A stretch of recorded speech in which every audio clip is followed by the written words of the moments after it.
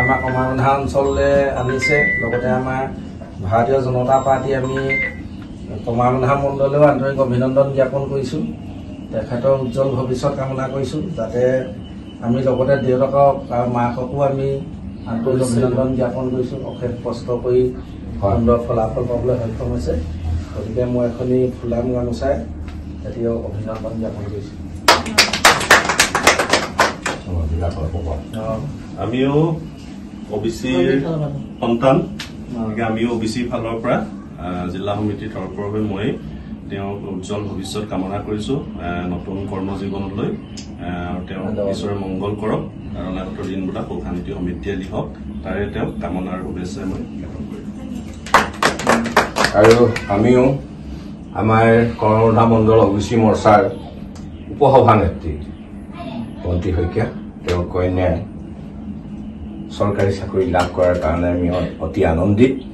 আমি আশীৰ্বাদ কৰিছোঁ, ভালে কুশলে ৰাখক ভগৱানে। পিতা ধৰ্ম পিতা স্বৰ্গ পিতাহি পৰমং তপ পিতৰি পিতৃমাপন্নে প্ৰিয়ন্তে সৰ্বদেৱতা। পিতাই ধৰ্ম পিতাই স্বৰ্গ পিতাই হ'ল মানৱ জীৱনত তপ জপ। পিতৃদেৱতা সন্তুষ্ট হলে সকলো দেৱতা সন্তুষ্ট হয়, এই কথাটো মনত ৰাখিবা। দশ উপাধ্যায়টো শ্ৰেষ্ঠ জানিবা পিতৃক, দশ পিতৃতকৈ শ্ৰেষ্ঠ জানিবা মাতৃক।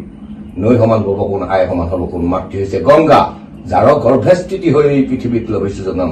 এটা কথা আই মাতৃ আটাইতকৈ উত্তম আৰু শ্ৰেষ্ঠতম। গতিকে এই মহামন্ত্ৰ অন্তৰত ৰাখি আগবাঢ়ি যোৱা, তোমাৰ জীৱন ধন্য হব। আৰু তোমাক এখনি ফুলাম গামোচাৰ এটা মৰম যাচিছো দেই আমাৰ ফালৰ পৰা।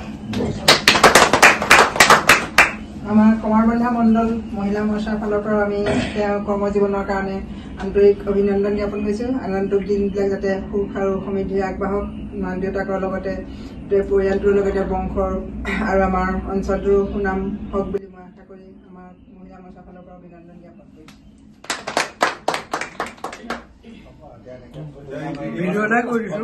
নিশিতা শইকীয়া, মই ADI 3rd grade higher secondary লেভেলৰ পৰীক্ষাত যোৱাকালি ৰিজাল্টত অৱতীৰ্ণ হৈ সুফল লাভ কৰিছোঁ।